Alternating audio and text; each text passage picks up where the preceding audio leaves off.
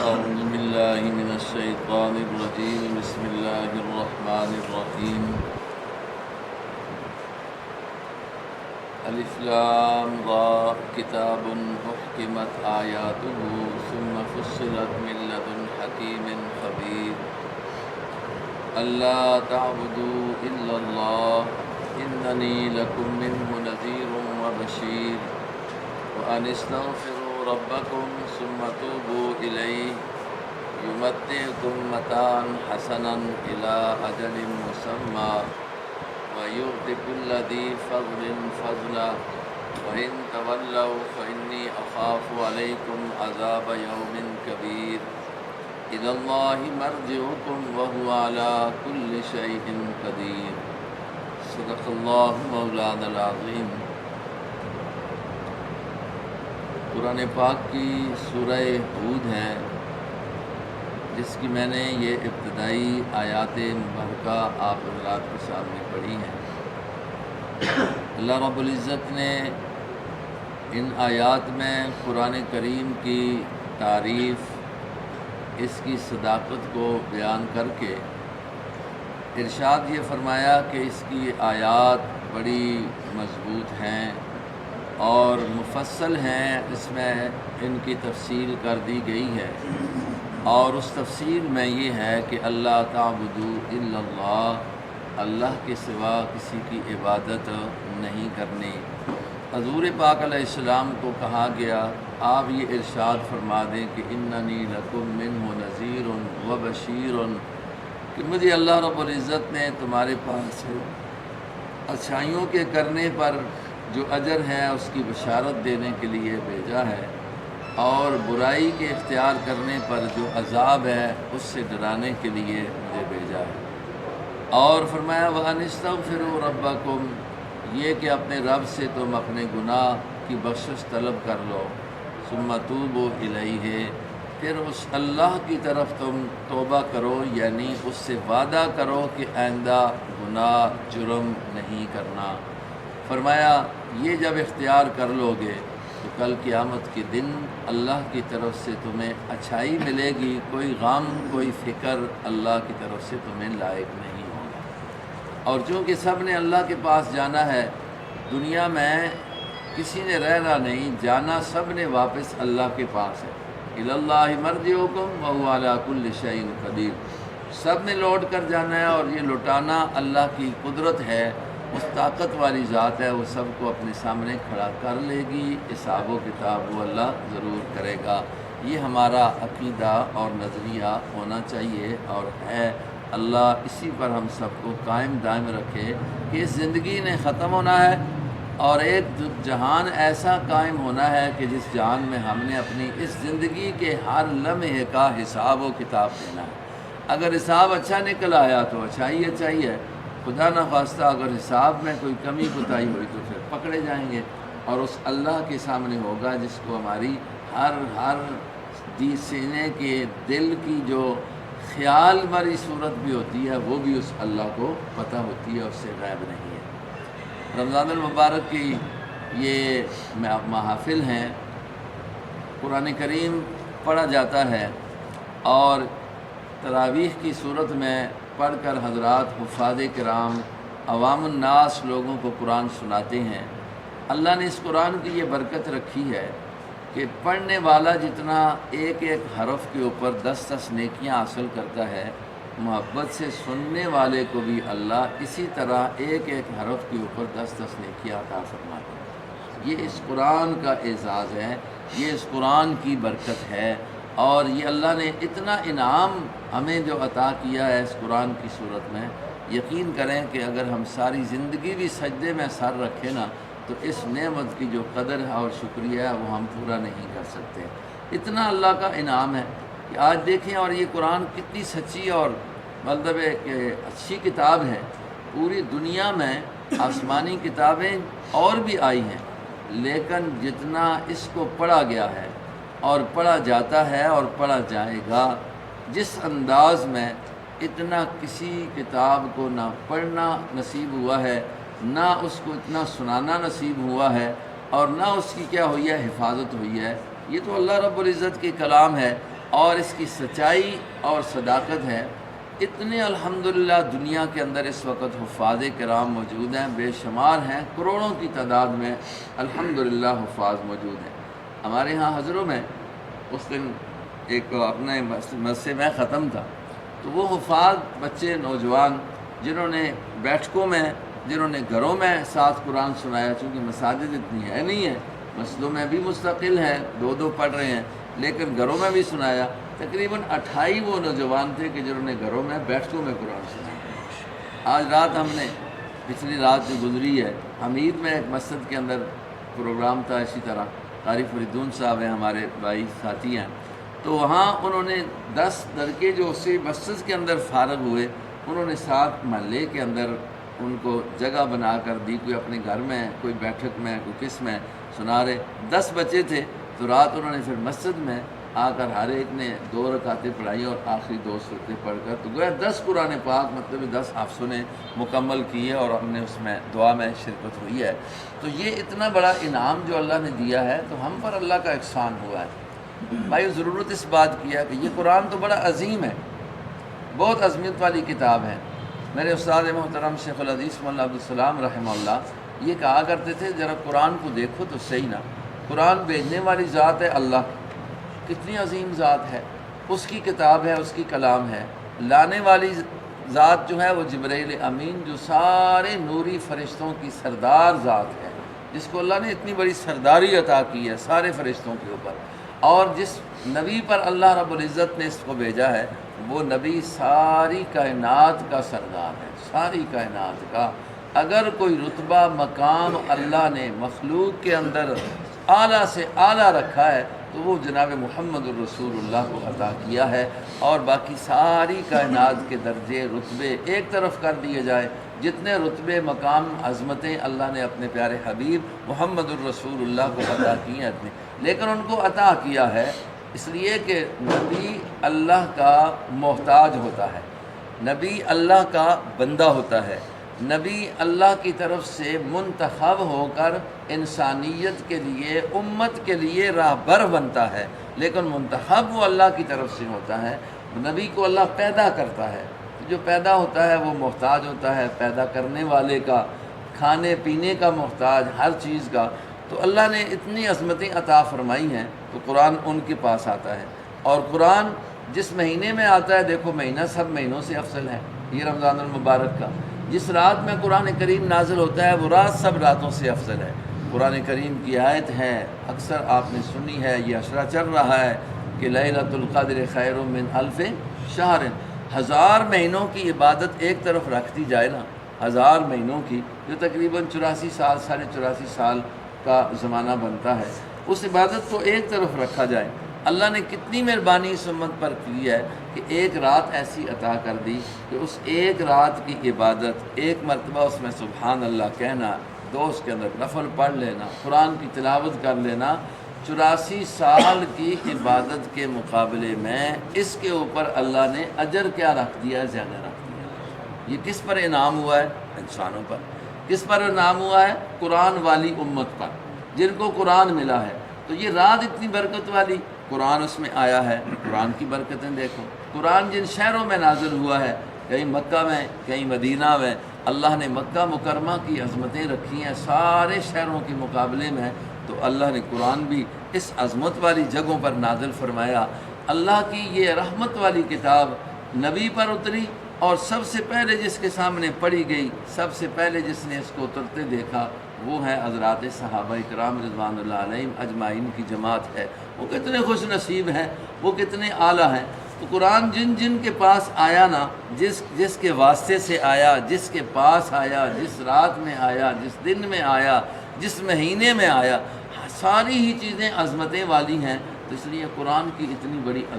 عظمتیں اللہ نے ہمیں جو یہ دی ہے، تو اللہ کا یہ امبر احسان ہوا ہے۔ ہمیں کیا کرنا چاہیے؟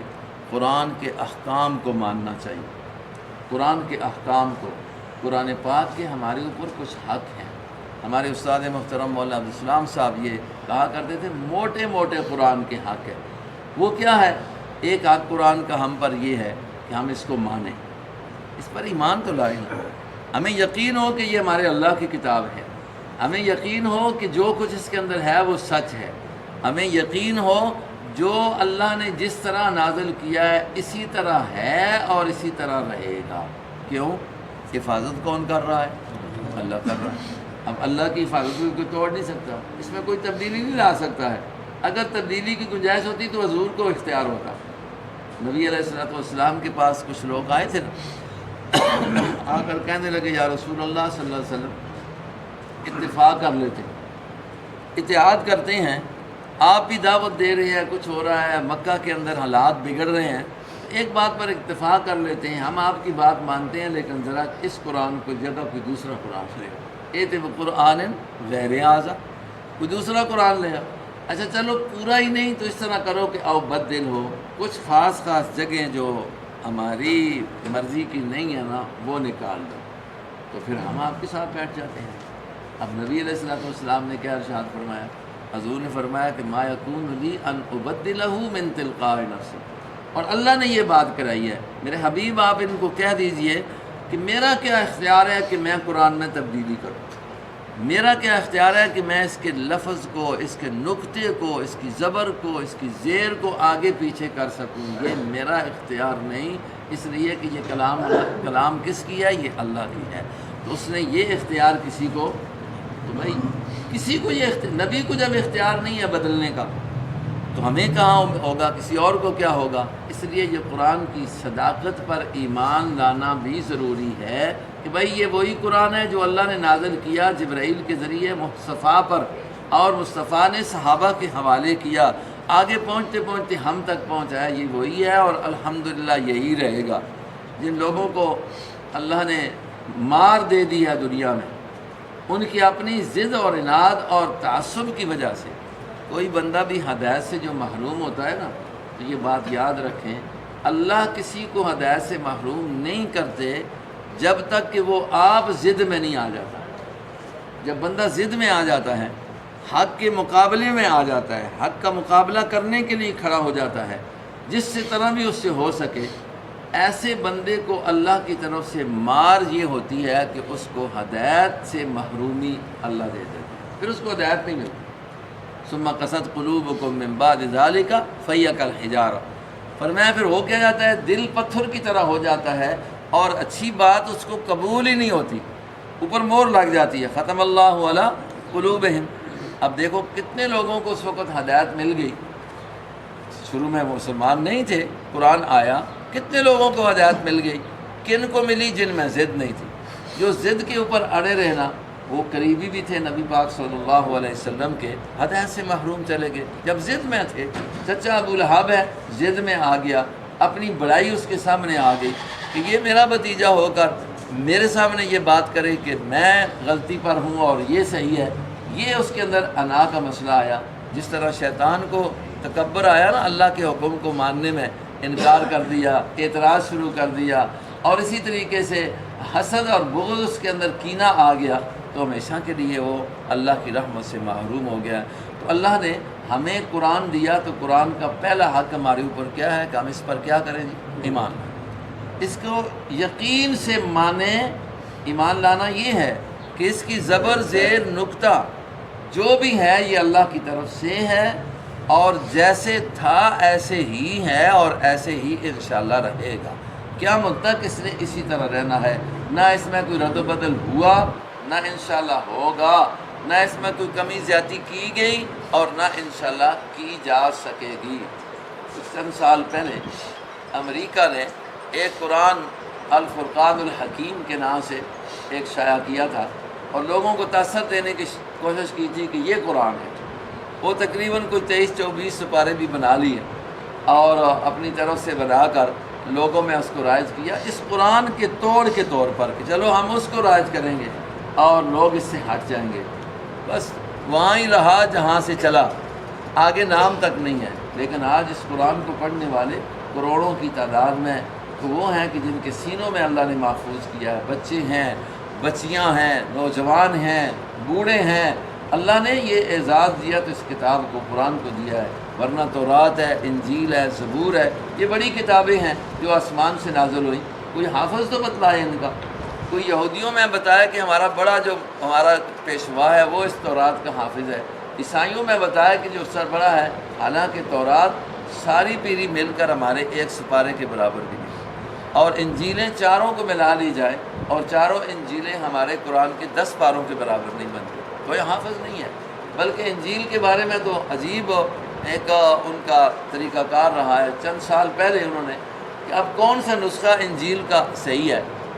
تو سارے پوپ اکٹھے ہوئے، دنیا کے انگریزوں کو، ان کے جو مولوی پیشوان کو اکٹھا کیا، سارے جتنے انجیل کے نسخے ادھر ادھر سے ملے ان کو اکٹھا کر کے نا تو میز پر رکھا، میز پر رکھنے کے بعد میز کو حرکت دی،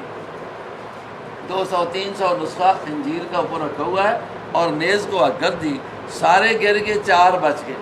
آج جو ہے نا بائبل کی شکل میں وہ 4 نسخے ہیں، بائبل اس کا نام ہے، انجیل وہ کہتے ہیں یہ اللہ کی کتاب ہے۔ بھائی وہ کیسے اللہ کی کتاب ہے کہ تم نے میز پر حرکت دی ہے 100-200 نسخہ رکھ کر، باقی گر کے جی 4 بچ کے یہی صحیح ہے؟ جو اس طرح بھی کوئی کتاب ہوتی ہے حقیقت میں؟ کتاب تو یہ ہے کہ آئی ہے، جبرائیل کہتے ہیں، اللہ کہتے ہیں جبرائیل کو میں نے دی ہے، جبرائیل آ کر نبی کو کہتا ہے مجھے اللہ نے بھیجا ہے، نبی کہتے ہیں ٹھیک ہے میں نے پہچانا ہے، اور وہی آتی ہے سینے پر اللہ لکھ دیتی ہیں، پھر کہتے ہیں لکھتا ہوں اور تیری زبان سے اس کو پڑھاؤں گا بھی، پھر ہزاروں نہیں لاکھوں کے سامنے محمد الرسول اللہ ان خوش نصیبوں کے سامنے اس کو پڑھتے ہیں، وہ حافظ بنتے ہیں، اور کرتے کرتے آج کا دور آ چکا الحمدللہ کہ حفاظ کرام پڑھ رہے ہیں اور آپ حضرات سنتے ہیں۔ میں جو بات کہنا چاہتا ہوں، ضرورت اس بات کی ہے کہ اب اس پر عمل بھی ہو، جہاں ایمان اس پر ضروری ہے، یہ قرآن کا ہمارے اوپر حق ہے، اور دوسرا حق یہ ہے کہ اس کو پڑھا جائے۔ حضور علیہ السلام بھی آئے نا، اللہ نے نعمت کے طور پر ذکر کیا کہ یتلو علیہم آیاتک، یہ قرآن پڑھ کر تمہیں سناتا ہے، یہ قرآن کا حق ہے ہمارے اوپر کہ ہم اس کے الفاظ کو سیکھ لیں، اور اس کے الفاظ پڑھنا ہم سیکھ لیں، یہ قرآن کا ہمارے اوپر حق ہے، ورنہ کل قرآن مطالبہ کرے گا کہ یہ میرا حق تم نے کہاں ادا کیا ہے؟ اللہ نے تو مجھے تمہیں دیا تھا، اس لیے دیا تھا کہ تم مجھے پڑھو، میری زبان عربی ہے مجھے سیکھ لو، عربی ہو اجمی ہو چاہے جس زبان کے ساتھ تعلق رکھتے ہو مجھے سیکھ لو، میرا تمہارے اوپر حق ہے۔ اور تیسرا یہ ہے کہ ہم اس کا ترجمہ پڑھیں، اس قرآن کے معنی کو جانیں، یہ قرآن کا ہمارے اوپر حق ہے۔ آج بدقسمتی سے ہمارا رخ اس طرف نہیں ہے، 2% بندہ تو ہوگا جو مولوی ہے یا مطلب یہ ہے کہ اس طرف آیا تو اس نے قرآن کا ترجمہ سیکھا ہے، باقی 98% کو تو اس طرف شوق بھی نہیں ہے اور خیال بھی نہیں پیدا ہوا کہ ہمیں اللہ کی یہ کتاب ملی ہے، میری زبان اردو ہے، ان کو ہے، پشتو ہے، انگلش ہے، قرآن عربی ہے، اور مجھے یہ نہیں آتی، تو اللہ نے جو میرے نام پر یہ پیغام دے دیا ہے، یہ کتاب حکم نامہ مجھے دیا ہے، کیونکہ یہ ہر ایک کے لیے اللہ کا پیغام ہے، ہر ایک کے لیے، چھوٹا ہے بڑا ہے، ہر ایک کے لیے اللہ کا پیغام ہے۔ تو بھائی کبھی ہم نے کوشش کی ہے کہ ہم اس کو سمجھے کہ اللہ ہمیں کیا کہنا چاہتا ہے؟ یہ قرآن کا ہمارے اوپر حق ہے، اس کو پڑھیں بھی ایمان کے بعد، اور اس کا ترجمہ بھی سیکھیں، اور اس کے بعد پھر اس پر عمل کریں۔ جو اصل مقصود ہے وہ عمل ہے۔ قرآن کو نہ سمجھ کر بھی پڑھنے سے ثواب ضرور ملتا ہے، پتہ نہیں ہے معنی کیا ہے، لیکن پڑھو اجر اللہ دے رہا ہے۔ لیکن قرآن پاک کو سمجھ کر پڑھ کر اس پر عمل کر لیا جائے، اللہ نے اس پر جنت کا وعدہ کیا، جنت ملے گی قرآن کریم کے مطابق عمل کرنے کا، قرآن کی بتائی ہوئی باتوں پر عمل کریں گے، اللہ نے جنت کا وعدہ اسی پر رکھا ہے کہ تم میرے اس حکموں کو مانتے جاؤ، جتنے بھی قرآن کے اندر ہیں، جنت میرے تمہارے لیے میں نے لکھ رکھی ہے کہ جو میرے قرآن کو عملی زندگی میں لا کر میرے پاس آئے گا میں اس کو جنت ضرور عطا کروں گا۔ میرے بھائیوں، اور ساتھ ساتھ یہ ہے کہ جب ایمان بھی اس پر ہو جائے، تلاوت اس کی بھی سیکھ لی جائے، پڑھی جائے، قرآن پڑھنا آ جائے اور اس کا ترجمہ بھی آ جائے، اس پر عمل بھی آ جائے، پھر کوشش یہ کرنی چاہیے، یہ بھی قرآن کا حق ہے کہ ہمارا جو ماحول اللہ نے ہمیں دیا ہے، ہمیں ایک ملک اللہ نے عطا کیا ہے، ہمیں جتنی اللہ نے اس میں طاقت دی ہے، جتنی ہمیں سربراہی دی ہے، ایک سربراہی ہے ہماری اپنے گھر کے اوپر، ایک سربراہی ہے کسی کو ملی ہے اپنے محلے پر، کسی کو اپنے گاؤں پر، کسی کو پورے مطلب یہ ہے کہ صوبے پر، کسی کو پورے ملک پر، جتنی اللہ نے سربراہی دی ہوئی ہے، اتنا ہی جتنے اس کے ماتحت ہیں اس میں کوشش ہو جائے کہ قرآن والا نظام جو ہے ان میں آ جائے، ان میں آ جائے۔ کیوں؟ ہر ایک کو اللہ نے ذمہ دار بنایا۔ حضور فرماتے ہیں کلکم راعٍ و کلکم مسئول عن رعیتہ۔ یہ بات یاد رکھو کہ ہر بندے کو اللہ نے ذمہ وار بنا دیا ہے اور ہر ایک سے اس کی رعایا کے بارے میں پوچھا جائے گا۔ گھر کا سربراہ اللہ نے بنایا ہے مرد کو، تو گھر کے بچے ہیں، عورتیں ہیں، ان کے بارے میں پوچھ مرد سے ہوگی کہ ان میں تو نے قرآن کی تعلیم کو کتنا عام کیا، ان کو قرآن کتنا سکھایا، ان کو قرآن کا ترجمہ کتنا سکھایا، قرآن کے مطابق ان سے عمل کتنا کروانے کی کوشش کی ہے۔ یہ ہر بندے سے سوال ہوگا، اس سے بھی ہوگا، اس لیے کہ مجھے اللہ نے اپنے گھر کا تو سربراہ بنایا ہے نا، ملک کی سربراہی نہیں، لیکن گھر کی سربراہی تو اللہ نے مجھے عطا کی ہے، محلے کی سربراہی عطا کر دی ہے، ایک ماحول اور مدرسے کی سربراہی عطا کر دی ہے۔ جتنے میرے ماتحت ہیں جس انداز سے بھی، ان کا سوال مجھ سے بھی کیا جائے گا کہ بھائی ان کا تو نے کتنا خیال کیا ہے۔ اب اگر ہر بندہ اس بات کو غور میں لائے کہ یہ قرآن کے میں حق کتنے پورے کر رہا ہوں، ایمان ہے، تلاوت قرآن پاک ہے، ترجمہ سیکھنا ہے اور اس پر عمل کرنا ہے، اپنے ماحول میں اپنے ماتحتوں میں اس کو عملی طور پر اس کو نافذ کرنے کی کوشش کرنی ہے اور پھر اپنی محنت کر کے پورے اپنے ملک میں اس کے نفاذ کی کوشش کرنی، یہ قرآن کا حق ہے۔ اور حدیث میں آتا ہے کہ جب بندے قرآن کا حق پورا کر کے میرے پاس آئیں گے، جو بندوں پر قرآن کے حق تھے، تو کچھ حق اللہ نے قرآن کے اوپر بندوں کے رکھ دیے۔ ہمارے ذمہ قرآن کے حق ہے نا، موٹے موٹے میں نے بتائی ہے 5، اور کچھ یہ ہے کہ قرآن پر اللہ نے ہمارا حق رکھ دیا۔ وہ کیا ہے کہ جب ہم اس کے حق پورے کر کے آئیں گے، اللہ نے قرآن کے اوپر حق رکھ دیا بندوں کا کہ یہ بندوں کے گناہ کے بخشوانے کے لیے اللہ کے سامنے پیش ہو جائے گا اور یہ کہے گا اللہ اس بندے نے میرے حق جو تو نے رکھے تھے نا اس کے ذمے وہ پورے کیے، اور دنیا میں سب کچھ اس نے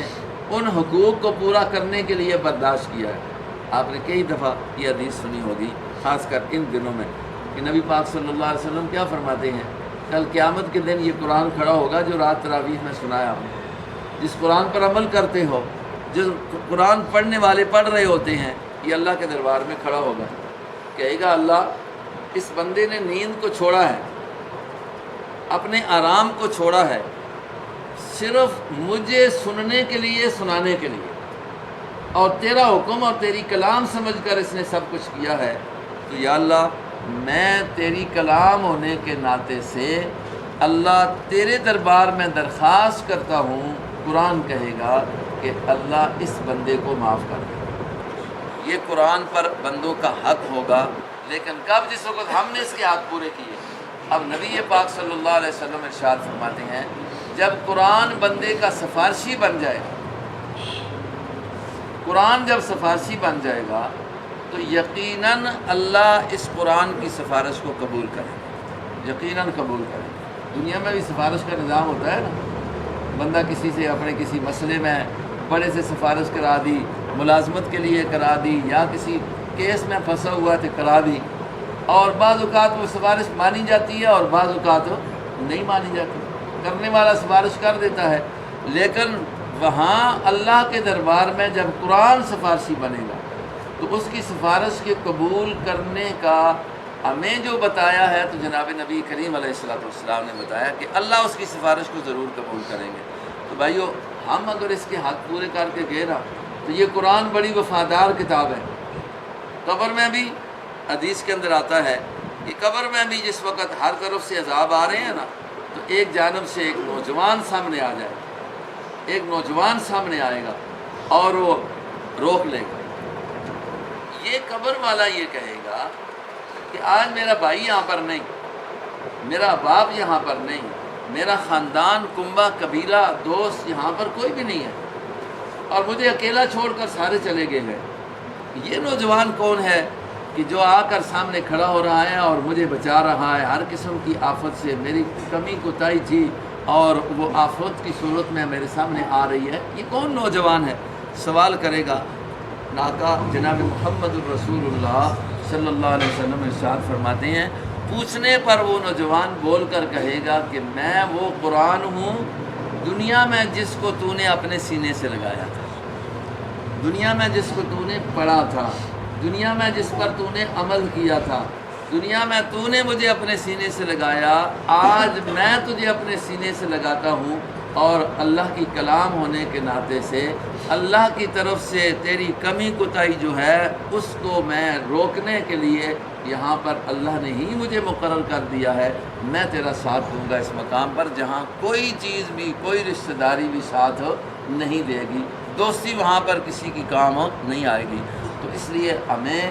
قرآن سے اپنی دوستی لگانی چاہیے، قرآن سے اپنی دوستی لگانی چاہیے۔ اور وہ دوستی کیا ہے؟ قرآن دیکھو نا، عظیم کتاب ہے، اس کے حق ہیں، اس پر عمل کرنا ہے۔ قرآن آیا چوری سے منع کر دیا، چوری مت کرو، رک جانا چاہیے، یہ قرآن سے دوستی ہے۔ قرآن آیا فرمایا کہ جھوٹ مت بولو، جھوٹ کو چھوڑ دیں گے، قرآن سے دوستی ہے۔ قرآن آیا شہادت گواہی جھوٹی مت دو، سچی کو مت چھپاؤ، دو باتیں قرآن نے کہی ہیں، جھوٹی گواہی مت دو، سچی کو مت چھپاؤ، چاہے وہ سچی گواہی تمہارے کسی قریبی رشتہ دار حتیٰ کہ ماں باپ یا اپنے ہی خلاف کیوں نہ ہو، پھر بھی اس کو نہ چھپاؤ۔ اب 5واں سپارہ ہے نا، تو وہاں پر آخر میں جا کر اللہ نے بڑی سختی تاکید کے ساتھ یہ فرمایا کہ شہادت کا جب مسئلہ آ جائے مت یہ دیکھو گواہی کا مسئلہ ہے اور میری گواہی میرے رشتہ دار کے، میرے ماں باپ کے، میرے اپنے خلاف جا رہی ہے تو میں یہاں پر یہ سچ نہ کہوں۔ فرمایا نہیں، کچھ بھی ہو جائے سچائی کو نہیں چھوڑنا، جھوٹ کو اختیار نہیں کرنا۔ اب ہمارا اگر قرآن سے محبت والا معاملہ ہو، قرآن سے دوستی والا معاملہ ہو تو ہمیں سچائی کو اختیار کرنا ہوگا، جھوٹ کو چھوڑنا ہوگا، پھر ہمارا دعویٰ سچ ہوگا کہ ہم قرآن کو مانتے ہیں، کہ ہم نے بھائی جھوٹ کو چھوڑ دیا ہے، جھوٹ کے قریب نہیں جاتے، اس سے نفرت پیدا ہوتی ہے اور اس سے نقصان ہوتا ہے۔ اور جھوٹ بھی ایک ایسی برائی ہے، ایک جھوٹ اگر کوئی کر دے نا بھائی، بول دینا، اس کو چھپانے کے لیے پھر پتہ نہیں کتنے اور گناہ بھی کرنے پڑتے ہیں، کتنے اور اللہ کی ناراضگیوں کو اختیار کرنا پڑتا ہے۔ تو میں عرض کر رہا ہوں کہ یہ قرآن ہمارے لیے آیا ہے، ہدایت نامہ بن کر آیا ہے، اس نے آ کر ہمیں کہہ دیا ہے جھوٹ کو چھوڑ دو، اسی میں تمہارے لیے کامیابی ہے۔ ہمیں اس پر، رب کی بات پر یقین ہونا چاہیے۔ ایمان یہ ہے کہ رب کہتا ہے سچائی میں کامیابی ہے، جھوٹ میں ناکامی ہے، یہ اللہ کے قرآن نے کہا ہے۔ اگر ہمارا ایمان اس میں ہے تو پھر ہم کیوں جھوٹ بولیں؟ کہتے ہیں جی اب اس طرح نہ کریں تو پھر دنیا کا نظام بھی تو نہیں چلتا نا جی،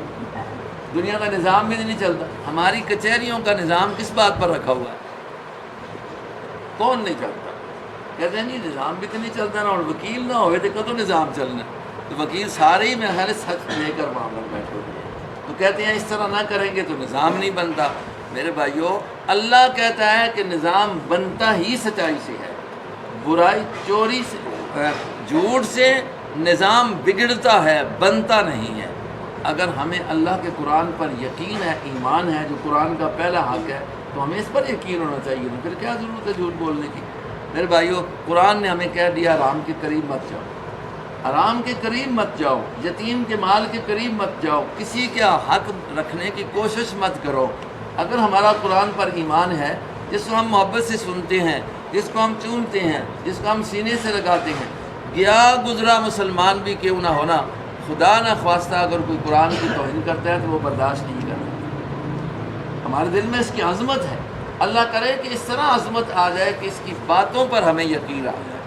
جن چیزوں میں اللہ کا قرآن ہمیں کامیابی بتلاتا ہے ان پر یقین آ جائے، جن سے ہمیں ناکامی بتلاتا ہے ان سے ہمیں بچنا نصیب ہو جائے۔ آج دیکھیں قرآن کے اندر کھلا اعلان ہے کہ بھائی جو سود ہے نا، یہ اللہ اور اس کے رسول سے جنگ کرنا ہے، اللہ اور رسول کے مقابلے میں آنا ہے۔ لیکن آج مسلمان بھی یہ کہہ رہا ہے میں قرآن کو تو مانتا ہوں جی، پر کیا کروں، ملک اس کے بغیر چل ہی نہیں سکتا۔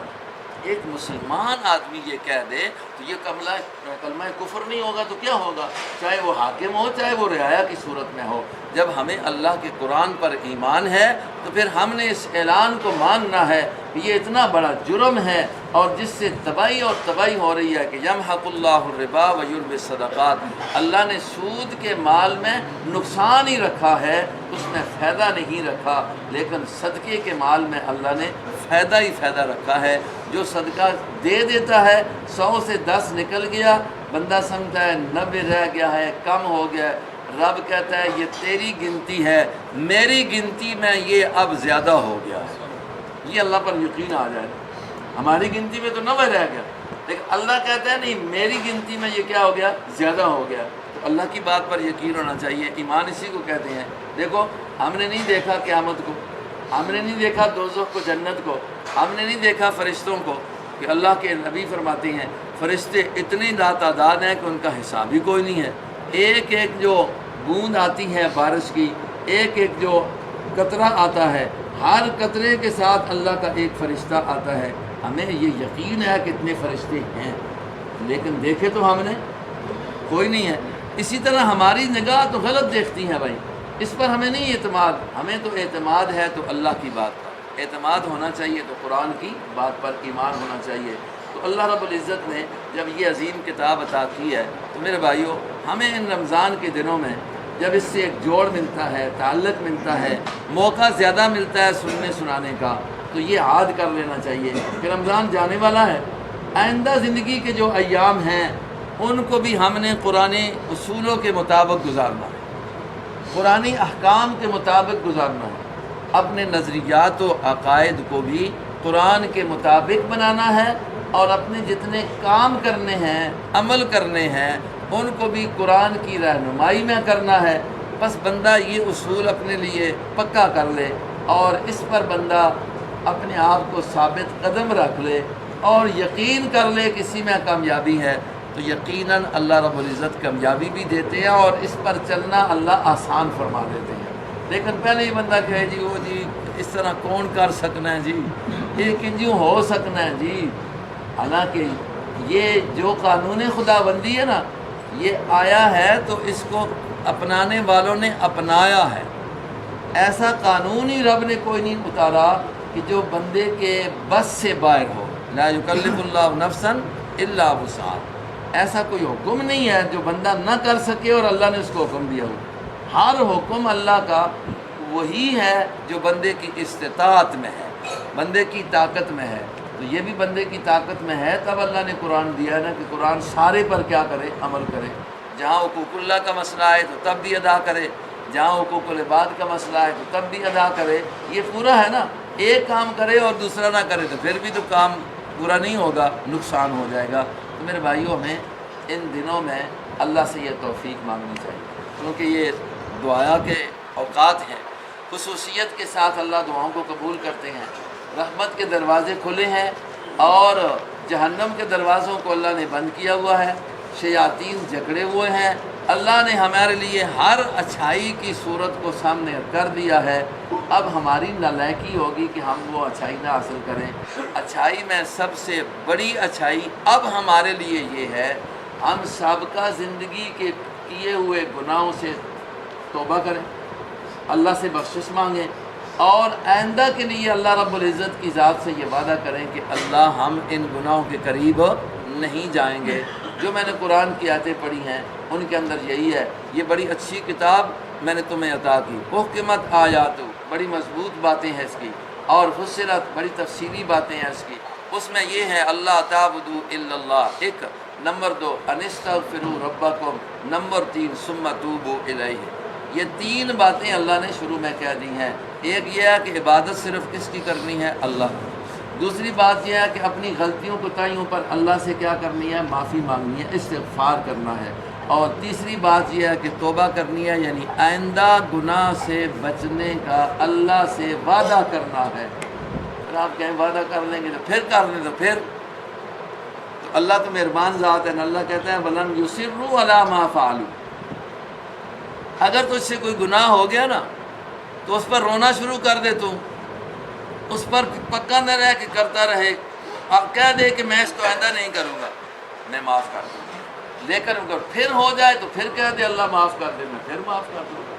کہے گا صدق دل سے تو اللہ معاف کرتا رہے گا۔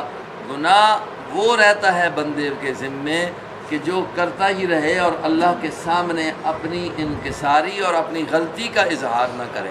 جب غلطی کا اظہار کر دیتا ہے بندہ تو اللہ رب العزت اس کو کیا کر دیتے ہیں؟ معاف کر دیتے ہیں۔ تو ہمیں ان رمضان کے دنوں میں جو اب تھوڑے سے دن رہ گئے ہیں اپنے آپ کو ایسا بنا لینا چاہیے، جیسے حدیث میں آتا ہے کہ عید کے موقع پر جب بندے آتے ہیں نا عیدگاہ کو، اللہ کے نبی فرماتے ہیں کہ اللہ رب العزت فرشتوں کو بلاتے ہیں اور بلا کر کہتے ہیں یا ملائکتی عبیدی، اے میرے فرشتوں ذرا ادھر آؤ، دیکھو یہ میرے بندے ہیں کیا کر رہے ہیں۔ فرشتے کہتے ہیں اللہ تیرے سامنے عاجزی کر رہے ہیں، روزے رکھ کر آئے ہیں، قرآن سن کر آئے ہیں اور تیرے ساتھ کچھ وعدے معاہدے کر کے آئے ہیں، اور تجھ سے آج بھی آ کر اپنی بخشش کا سوال کر رہے ہیں، اپنے جانے والوں کی بخشش کا سوال کر رہے ہیں اور اپنے سارے ماحول کے لیے اچھائی کا مطالبہ کر رہے ہیں۔ تو اللہ رب العزت فرماتے ہیں فرشتوں گواہ رہو کہ میں سب کو معاف کر دیا۔ اب عید ہماری اگر اس طرح ہو جائے، یہ اصل عید ہے کہ اللہ اعلان کر دے کہ میں نے ان کو معاف کر دیا، جاؤ بخشے بخشائے واپس کرو گزرو۔ لیکن آج ہمارا کیا ہوتا ہے بھائی، ہم تو روزے گزار کر پھر چاند رات آ گئی تو وہ کچھ کر دیتے ہیں، جو اچھائی کی ہوتی ہے وہ بھی چلی جاتی ہے۔ اب نوجوانوں میں یہ، بچوں میں یہ، اور وہ ماحول ہمیں نہیں دیا، ہم نے دیا ہوتا ہے وہ خرافات۔ حالانکہ عید کی رات کی فضیلت بھی اتنی زیادہ ہے، حضور فرماتے ہیں اگر پتہ چل جائے تو کوئی بندہ رات کو سوئے نہیں،